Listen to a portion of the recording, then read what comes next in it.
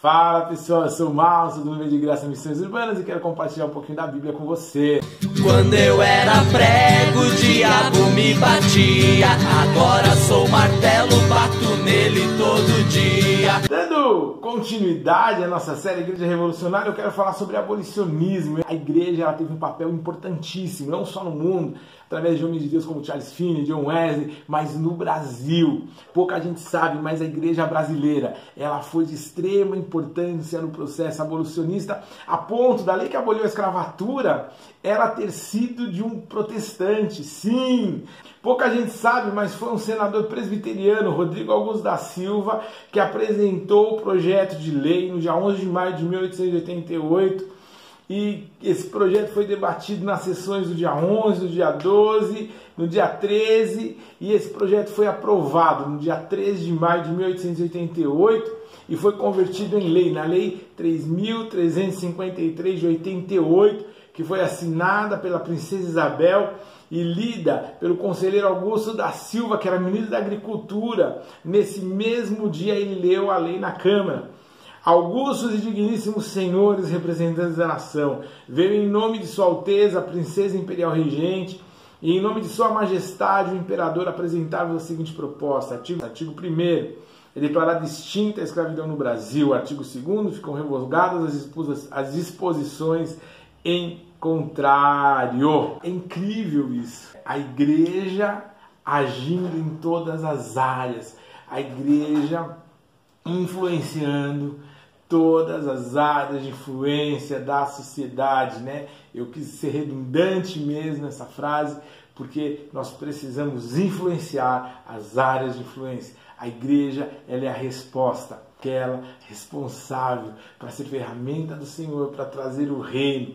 E o Rodrigo, ele foi um cara que trouxe o reino através do trabalho dele, através dos riscos que ele se pôs a correr, como também outros senadores, como Saldanha Marinho, que foi um ativista abolicionista declarado. Ele também, além de agir assim pela abolição da escravatura, ser o primeiro senador a assinar a lei, ele foi quem escreveu o anteprojeto da Constituição Federal de 1891, um cristão presbiteriano. O jornal Imprensa Evangélica, ele foi criado também por um abolicionista, o missionário Simonton, e ele foi arauto da abolição, sabe, declarado. O jornal foi um dos grandes divulgadores da revolução abolicionista no Brasil. Fora isso, houveram outros caras incríveis, né, que criam atmosfera de libertação para os escravos, como Kennedy Fletcher. Eram missionários metodistas norte-americanos que vieram para o Brasil na década de 70 do século XIX e começaram a atuar como protagonistas no processo de abolição, distribuindo literaturas anti-escravagistas, pregando sobre a abolição nas suas igrejas, onde eles eram convidados. Inúmeros cristãos batistas começaram a comprar escravos para alforriá-los. William Buck Bagby, Anna Luther Bagby foram pioneiros nesse sistema anti-escravidão. Eles compravam os escravos e depois eles os alforriavam. Eles chegaram até a ser perseguidos por isso, né? O pastor Taylor também, da igreja presbiteriana, ele tinha dois grandes inimigos. Um era a monarquia, o império, e o outro era a escravidão. E ele pregava nos seus púlpitos contra a escravidão, incentivava os seus membros a alforriarem seus escravos. Ele trazia esses escravos para dentro da igreja. O pastor Robert Kelly expulsou um membro da sua igreja porque ele não quis libertar os escravos e é apagada a história. O problema é que a história mascara isso e a igreja também se faz de sonsa, não conhece, sabe? Por isso que eu falo que o Brasil tem uma igreja vira-lata, que não conhece a sua história, e nós precisamos conhecer a nossa história e dar continuidade a isso. A igreja, ela é a resposta para essa geração. Na geração desses homens, o problema social era a escravidão. Na nossa geração, o problema social é a desigualdade e a corrupção. E a igreja é a resposta para isso, combatendo de forma revolucionária, a partir da palavra, da transformação. A igreja presbiteriana começa a denunciar a escravidão e pregar e constranger os seus membros a libertarem escravos. Pastores como Taylor, Robert Kelly, inclusive o Robert Kelly, ele chega a expulsar membros da igreja porque mantinham escravos nas suas propriedades.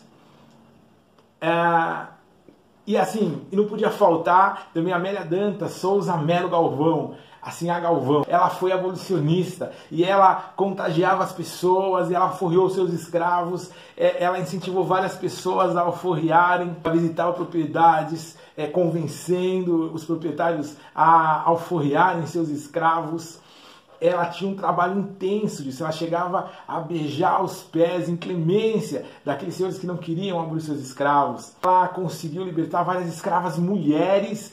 Na sessão da Câmara de Mossoró, que deu liberdade para várias escravas mulheres, ela abraçava cada uma delas, entregava a carta e falava: olha, hoje você é tão livre quanto eu, dona fulana, dona ciclana, dona Beltrana, você é tão livre quanto eu. Ela chegou a ficar doente com tuberculose por conta do trabalho ativista dela, que levou ela à morte em 1890, não sem antes ver Mossoró liberta. Mossoró foi a primeira cidade do Brasil a ser totalmente livre da escravidão, pelo trabalho da Sinhá Galvão, uma crente presbiteriana, ativista desses direitos civis. E assim, esse é o papel da igreja. A igreja, hoje, ela olha muito para o que os políticos podem fazer, mas não é sobre isso. Nós fomos chamados para ser a resposta de Deus para essa geração, para trazer o reino, para trazer equidade, para trazer salvação. Pense nisso.